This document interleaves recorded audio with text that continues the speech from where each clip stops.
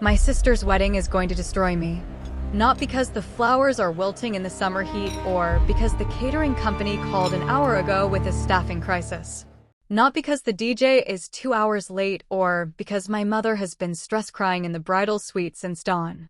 My sister's wedding is going to destroy me because I've spent the last 18 years watching her build her entire identity on my destruction, and tonight, in front of 200 of the most important people in this city, she's going to make it official.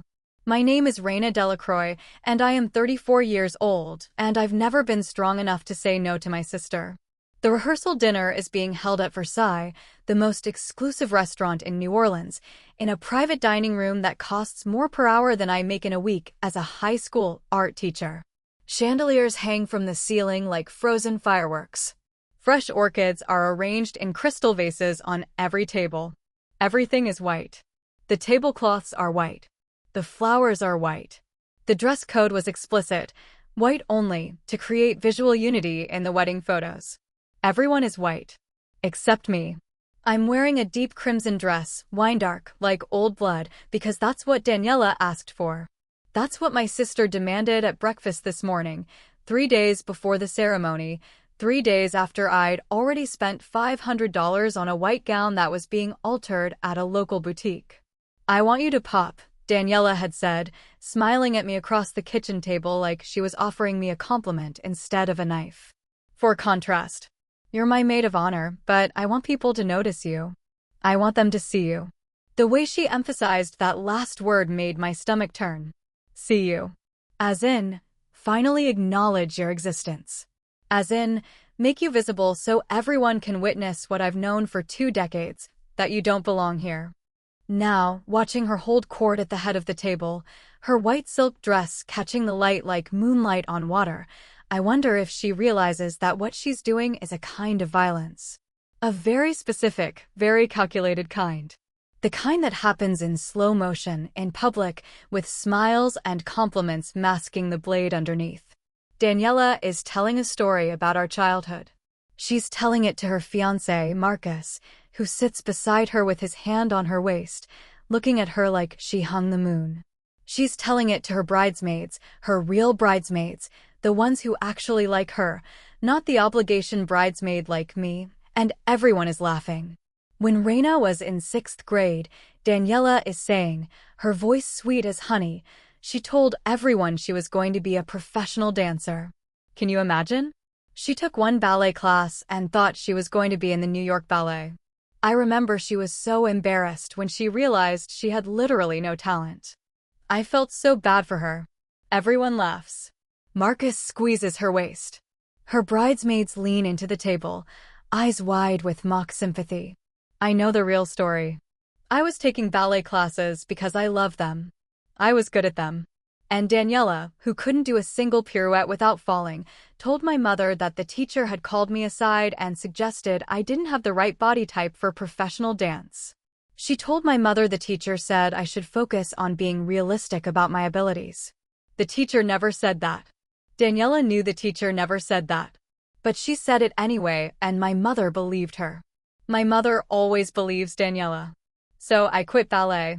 I started drawing instead, something I could do alone where she couldn't reach me. And now, 18 years later, I teach art to teenagers who have more belief in themselves than I do, and my sister tells sanitized versions of my failures to make herself look better. Reina was so sensitive, Daniela continues, her voice taking on that patronizing tone that makes my teeth ache. She still is, honestly. That's why I made sure to give her this special dress. I wanted to make sure she felt included, even though. She pauses, and the pause is deliberate. The pause is a knife twist. Even though she's usually kind of in the background, you know? I thought, tonight, let's make Reina special. Let's make sure nobody forgets she's here. The table goes quiet. Not because what she said was cruel, though it absolutely was, but because everyone suddenly realizes they've been watching a public execution disguised as sisterly love. I'm holding a champagne flute so tightly I'm afraid it's going to shatter in my hand. My mother, sitting across from me, suddenly becomes very interested in her salad. My father clears his throat and checks his phone.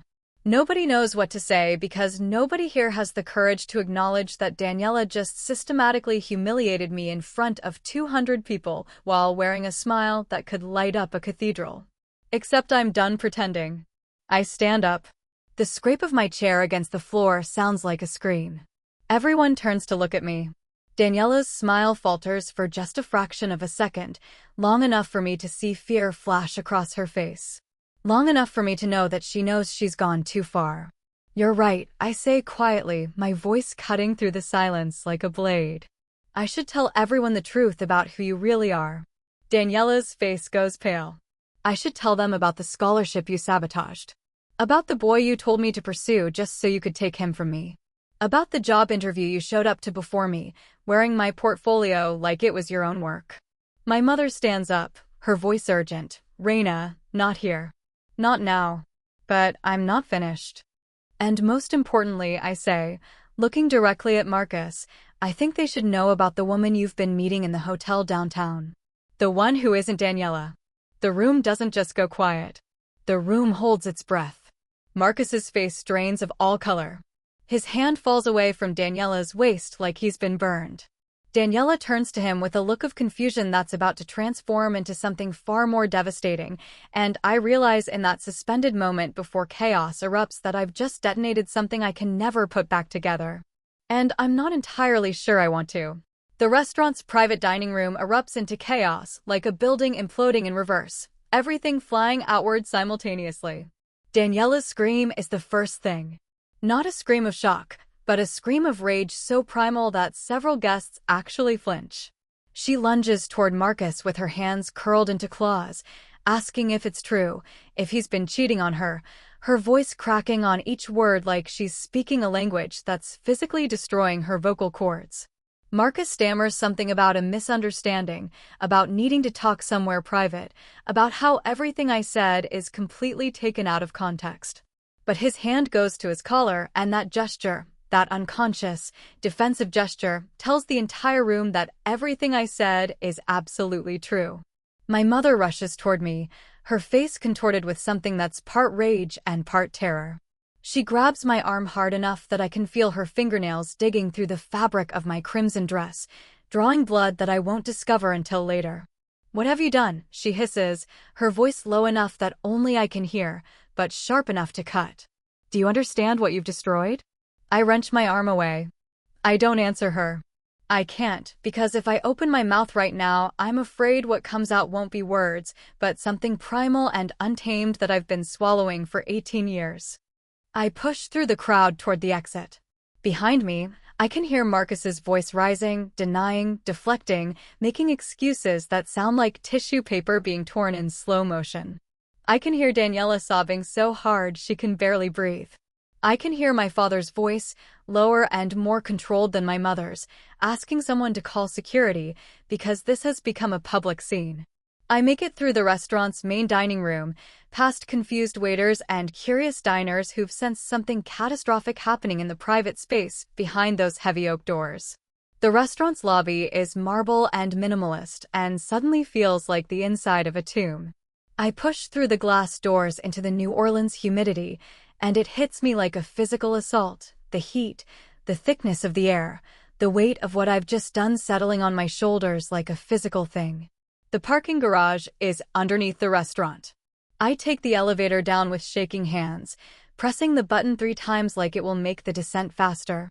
My reflection in the polished metal doors shows me a woman I don't recognize. Her eyes are wild. Her face is flushed. Her crimson dress looks like she's been wading through water. I sit in my car for 40 minutes. I don't turn on the engine. I don't turn on the air conditioning.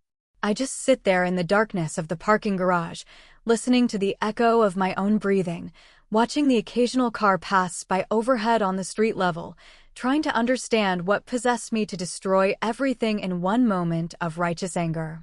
The thing is, I knew.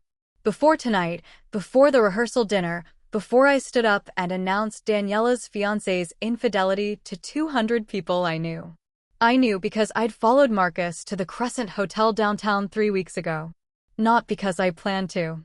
Not because I was some kind of detective or a person capable of sustained deception.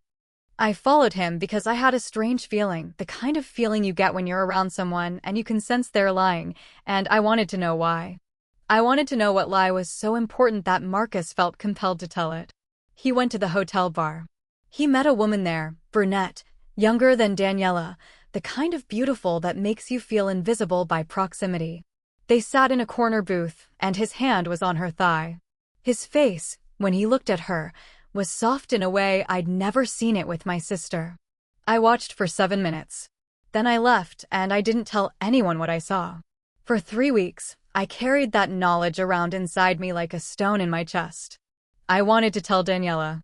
I wanted to warn her. But mostly I was afraid. Afraid that if I told her, she would somehow find a way to make it my fault. Afraid that I would be blamed for not telling her sooner. Afraid that in trying to protect her, I would become the villain in her story. So I stayed silent. And the silence became a kind of poison. My phone starts buzzing in my purse. Calls from my mother. Texts from my father asking where I am and if I'm safe. A message from my best friend, Caroline, saying that the story is already spreading through social media, people at the dinner recording videos, posting about the bride's fiancé's infidelity, speculating about whether I was protecting my sister or attacking her. One message stands out from all the others. It's from an unknown number, and it simply says, "I know what you saw in the parking garage. We need to talk." My blood goes cold. Marcus knows I followed him. And if Marcus knows, then Daniela will know. And if Daniela knows, then she'll realize that I had evidence, that I had time to tell her privately, that I chose instead to humiliate her in front of 200 people. She'll realize that what I did wasn't about protecting her at all. It was about revenge. My hands are shaking so badly that I can barely grip my steering wheel. I start the engine and pull out of the parking garage into the humid New Orleans night, not knowing where I'm going, only knowing that everything I thought I understood about my own motivations has just fractured into pieces I'm not sure I can put back together. Behind me, the restaurant's lights glow like a crime scene in the darkness. And ahead of me, everything is about to get so much worse. The woman's name is Sienna Marchand, and she looks like she hasn't slept in days. We meet at a coffee shop in the Marigny district, a place neither of us has been before, somewhere we won't run into mutual acquaintances or people who attended the rehearsal dinner. She arrives 15 minutes late, looking over her shoulder like she's afraid someone is following her. When she sits down across from me, I notice her hands are trembling badly enough that she has to grip her coffee cup with both hands just to keep it steady. "Thank you for meeting me," she says quietly. Her accent is Cajun, thick and musical, but her voice itself is hollow. "I wasn't sure you would. How did you get my number?" I ask, though I already suspect the answer. "Marcus gave it to me. He said you needed to understand something before everything gets worse." I lean back in my chair and something cold unfurls in my chest. Marcus isn't trying to threaten me. He's trying to recruit me. Or maybe he's trying to destroy me in a way that's more sophisticated than a direct attack. Sienna pulls out her phone and slides it across the table toward me. The screen shows a series of text messages, and as I read through them, my understanding of what happened at the rehearsal dinner begins to shift like sand. The messages are from Marcus to Sienna. Hundreds of them. They span 3 months, and they tell a story that's far more complicated than a simple affair. "She doesn't understand me. I need you.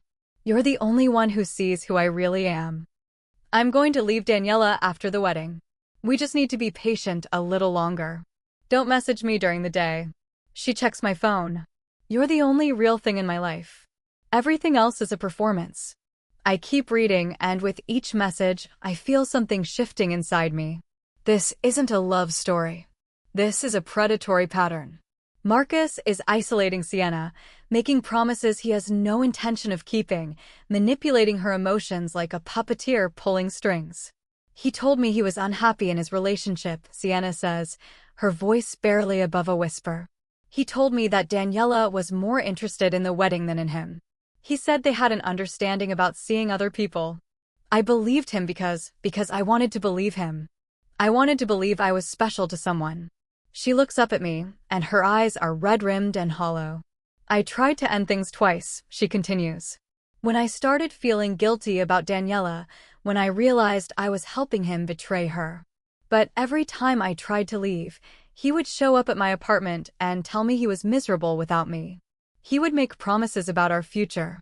He would tell me that if I really loved him, I would understand why we had to keep it secret.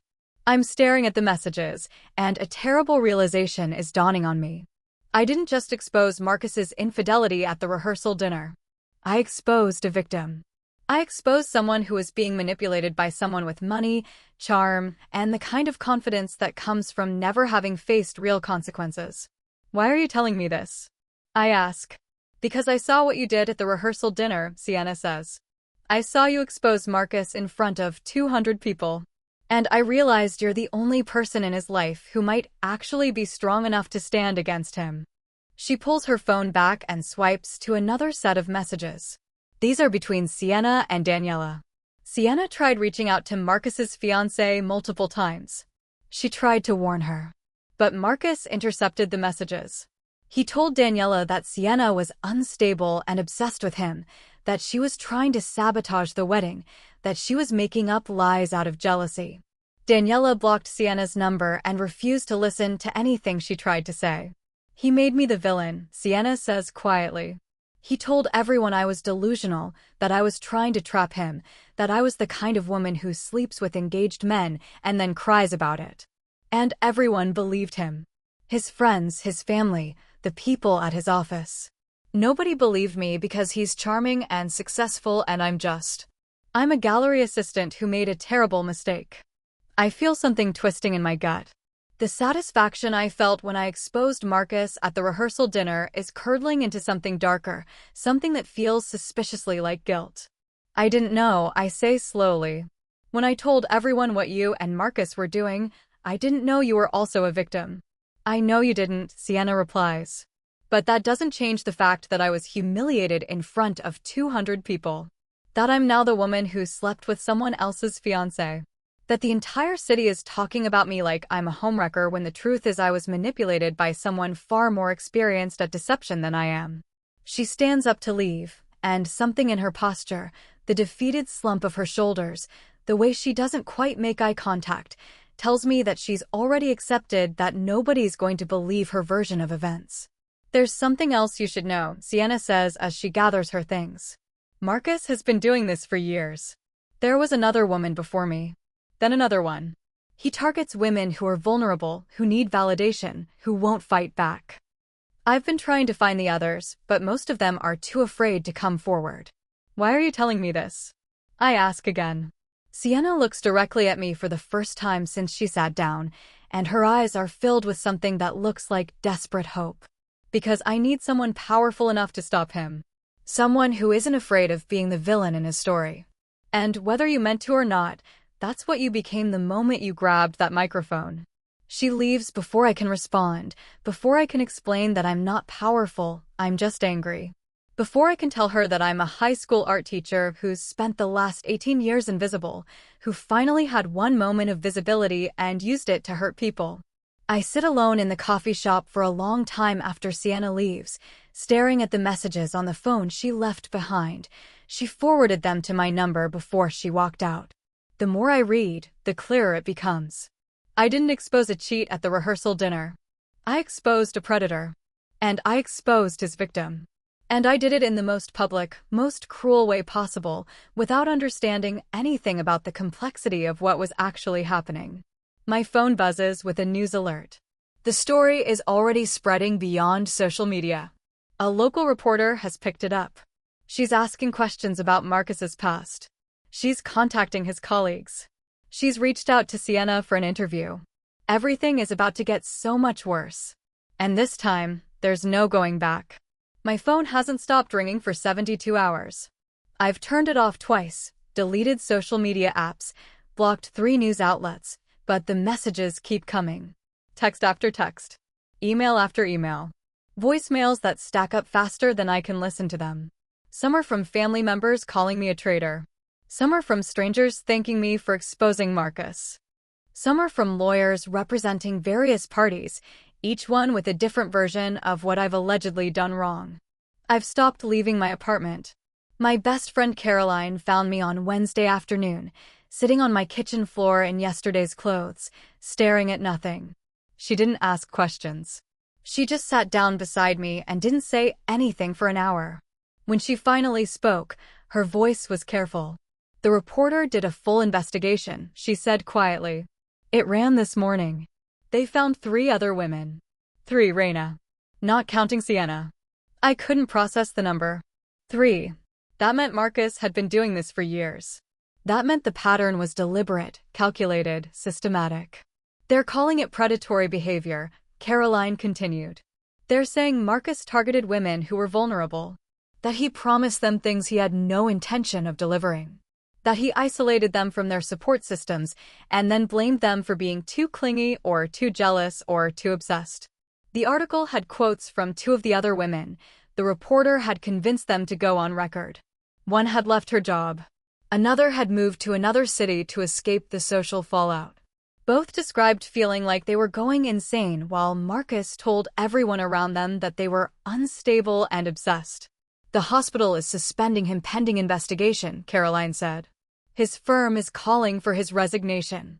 There's talk about potential criminal charges if he violated company harassment policies. I should have felt vindicated. Instead, I felt sick.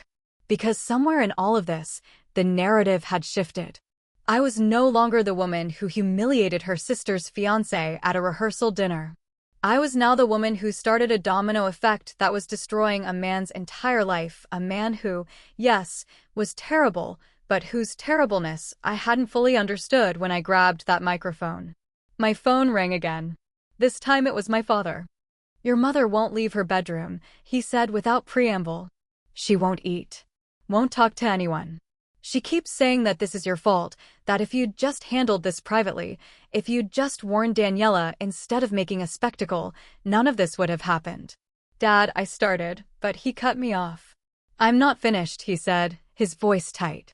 Daniela is staying with us. She's destroyed. Absolutely destroyed. The wedding venue is calling asking what to do with the decorations. The caterer wants payment for food that will never be served. People are returning gifts. Her friends are divided. Some say Marcus is a monster. Some say you betrayed her by not warning her privately first. I didn't know about the other women, I said quietly. I didn't know he was actually dangerous. I just knew he was cheating. Did you? My father asked. Did you really just know that? Or did you know more and decide the public humiliation was more satisfying than actually protecting your sister? The question landed like a punch because it was fair. It was absolutely fair. I had known Marcus was at the hotel bar with Sienna. I had known for 3 weeks and chosen silence. I had chosen revenge over protection. I'm sorry, I whispered. Sorry doesn't fix this, my father said. Sorry doesn't undo the fact that your sister's entire future has imploded. Sorry doesn't give her back the wedding she spent a year planning. Sorry doesn't give us back a family. He hung up before I could say anything else. That evening, I got a message from Sienna. She'd been contacted by Marcus's lawyer, who was threatening to sue her for defamation unless she recanted her statements about his behavior. The reporter had already printed her quotes. The damage was done. Sienna was now looking at potential legal fees she couldn't afford. I called her immediately. This is my fault, I said before she could even say hello. I exposed you without understanding what I was exposing. I should have known better. I should have. You shouldn't apologize, Sienna interrupted. You should help me fight back. How? I asked. By going on record. By telling your story about following Marcus. By explaining that I wasn't just some woman trying to trap him. That I was trying to reach Daniela to warn her, and he blocked all my attempts. By being willing to stand up in court and say that what he did was predatory. I stood up and walked to my apartment window. Outside, New Orleans was continuing on like nothing had happened. People were going to work, going to restaurants, living their lives while mine had splintered into 1,000 pieces. If I do that, I said slowly, everything becomes public. Every detail. Every ugly part of the story. Yes, Sienna said. But that's the only way he doesn't get away with this. That's the only way the other women feel like someone believes them. I looked at my reflection in the window glass, a woman in wrinkled clothes, hollow-eyed, looking like she'd been through a war she didn't know she was fighting. "I'll do it," I said. But even as the words left my mouth, I wasn't sure if I was doing it to protect Sienna or to protect myself from the guilt that was threatening to consume me entirely. The courthouse is a brutalist structure of concrete and glass that looks like a monument to human judgment. I sit in the witness preparation room 3 hours before my testimony, wearing a navy suit that feels like armor. My lawyer, Patricia Chin, goes over the questions one more time. She's confident, professional, and completely unsympathetic to my anxiety. "They're going to try to make you look like you're here for revenge," she says, flipping through her notes. "They're going to say that you fabricated details about following Marcus because you were jealous of your sister. They're going to argue that you exposed Sienna to public humiliation out of malice, not protection." "Because that's partially true," I say quietly. Patricia sets down her pen and looks at me directly. "What's true and what's legally provable are two different things. Yes, you had mixed motivations. Yes, you exposed something publicly that should have been handled privately. But you also witnessed infidelity and a manipulative pattern that resulted in documented harm to multiple women. The jury doesn't need to believe you're a saint. They just need to believe you're telling the truth." I'm called into the courtroom at 2:47 p.m. on a Thursday afternoon. The space is smaller than I expected, more intimate and more suffocating. Marcus sits at the defense table wearing an expensive suit that probably costs more than my monthly rent. His lawyer is a woman in her 60s with silver hair and the kind of confidence that comes from decades of defending the indefensible. Sienna sits in the gallery, her eyes fixed on me with something that might be gratitude or might be desperation. The prosecution's questions are straightforward. They walk me through the night of the rehearsal dinner. They ask me to describe what I said to Marcus, what I observed in his behavior, what I knew at that moment, and what I didn't know. Patricia coached me well. I answered directly, without embellishment, without apologizing for what I did. "Why did you choose to reveal this information so publicly?" the prosecutor asks. "Why didn't you warn your sister privately before the rehearsal dinner?" I take a breath. "Because I was angry," I say simply. I was angry at my sister for years of accumulated cruelty. I was angry at Marcus for betraying her. And I chose a moment when I knew it would cause maximum damage. That's the honest answer. There's a stir in the courtroom. Patricia had advised me not to admit that, but I'm done pretending. I'm done trying to rewrite my own history. The defense attorney, Sandra Holloway, stands up with a folder in her hands and a smile that looks like it was installed by a surgeon. "Ms. Delacroix," she begins, pacing in front of the witness stand like a predator. "You followed my client to a hotel without his knowledge or consent. Correct?" "Yes." "That's stalking, isn't it?" "I was trying to understand something," I say. "I wasn't trying to harm him." "You weren't trying to warn your sister either, were you?" Holloway counters. "You sat on that information for 3 weeks and then used it as a weapon when it would hurt the most people." "Yes, I admit." Holloway looks surprised that I'm not defending myself. She recalibrates. "Isn't it true that my client had a consensual relationship with Ms. Marchand?" "No," I say firmly. "It was manipulative. He isolated her from her friends. He made promises he had no intention of keeping. He told her he was unhappy in his relationship with my sister when that was a lie designed to keep her emotionally invested. But she consented to the physical relationship? Consent that's obtained through manipulation and deception isn't real consent," I say. Holloway smiles coldly. "That's an interesting legal theory, Ms. Delacroix, but the documents my client provided show that Ms. Marchand was willing and enthusiastic. There are text messages from her expressing affection. There are photographs she sent. This looks less like predation and more like a woman who is willing to participate in an affair and is now claiming victimhood because she's facing social consequences." I lean forward in the witness stand. "He told her he was going to leave my sister after the wedding," I say. "He told her that for 3 months. He never intended to leave. He was playing a game, and when he got tired of playing, he was going to discard her and make sure everyone thought she was crazy for believing him." "Do you have proof of that?" Holloway asks. "I have text messages." I have communications between Sienna and my sister where Sienna tried to warn her and Marcus intercepted and deleted those messages. I have testimony from 3 other women who experienced the exact same pattern of behavior. The courtroom is completely silent now.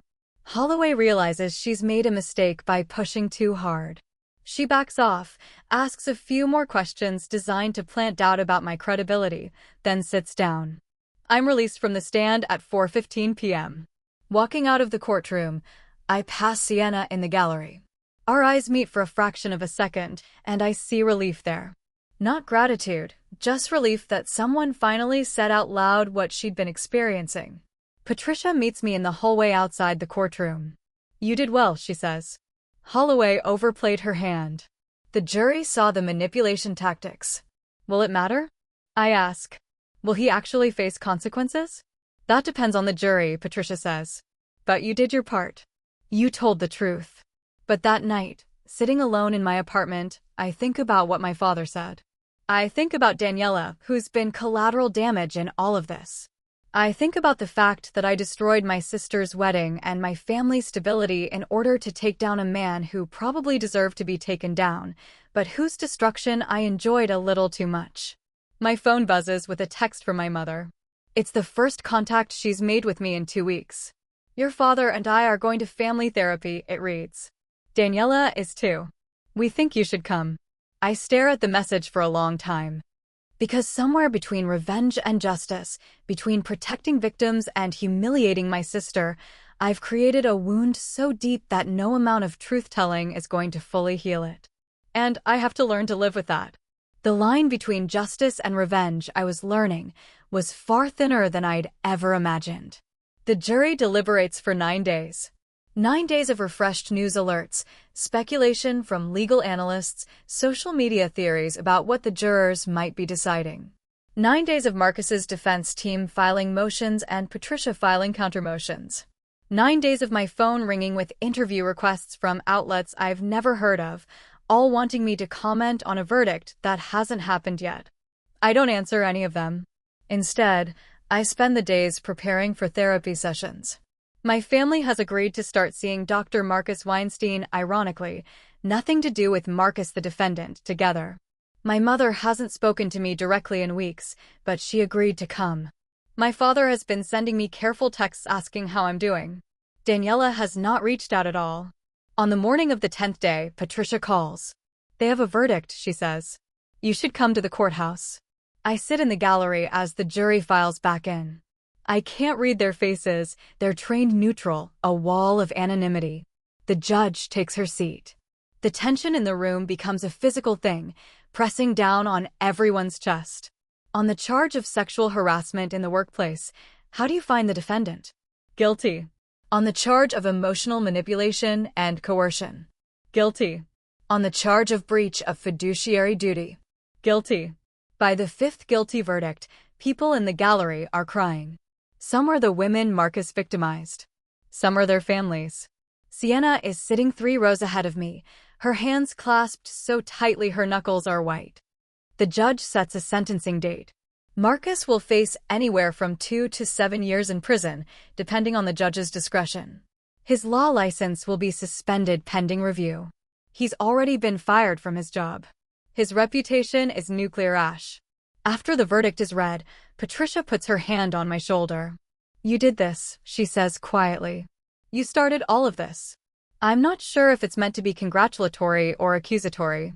Maybe both. Dr. Weinstein's office is in a converted mansion in the Garden District, decorated in soft neutrals and carefully chosen art. The kind of space designed to make people feel safe while they discuss the most unsafe parts of their lives. My parents are already sitting on the couch when I arrive. My mother looks smaller than I remember, like she's been slowly disappearing over the past few weeks. My father has his hand on her knee. Daniela is in a separate chair, as far away from me as the room allows. Nobody says hello. Dr. Weinstein walks in with a folder and a calm expression that suggests he's seen worse than this. Probably not, but he's good at performing certainty. "I want to start," he says, settling into his chair, "by acknowledging that this family has experienced significant trauma. Not just from external events, but from internal patterns that have been in place for a very long time. He looks at my mother. You've mentioned in our individual sessions that you favored Daniela as a child. I want to explore why that was. My mother's jaw tightens. I was a first-time parent, she says quietly. Daniela was born first. We didn't know what we were doing. She demanded attention constantly, and I gave it to her because I didn't know how to balance two children with completely different needs. And when Reina was born, Dr. Weinstein prompts. She was easy, my mother says. She was content to play by herself. She didn't need as much. So I gave more to Daniela because Daniela needed it. But Reina also needed things, Dr. Weinstein says gently. She just expressed those needs differently. My mother's face crumples slightly. I know that now, she whispers. Dr. Weinstein turns to my father. You've expressed feeling like a bystander in the conflict between your daughters. Tell me about that. I was afraid, my father says. Afraid of making things worse. Afraid of being the bad guy. So I let my wife set the tone, and I let Daniela become the favorite, and I watched Reina disappear into the background, and I did nothing. He pauses, and his voice breaks on the next words. I watched my daughter suffer, and I did nothing. Daniela suddenly stands up. This isn't about you, she snaps at our parents. This is about Reina destroying my life in front of 200 people because she's been jealous of me her entire life. Is that true? Dr. Weinstein asks calmly. Were you destroyed? Or did Marcus destroy himself through his own choices? He destroyed himself, Daniela says, but her voice is uncertain. But Reina enjoyed it. Reina made a spectacle of it. Reina. She looks at me for the first time since we entered the office, and her eyes are filled with something that's part rage and part desperation. You humiliated me in front of everyone I know, she says quietly. Yes, Marcus cheated. Yes, he's a terrible person. But I'm the one who lost everything. My wedding. My future. My identity. Your identity was always going to be more complicated than that, I say, and my voice surprises me with its steadiness.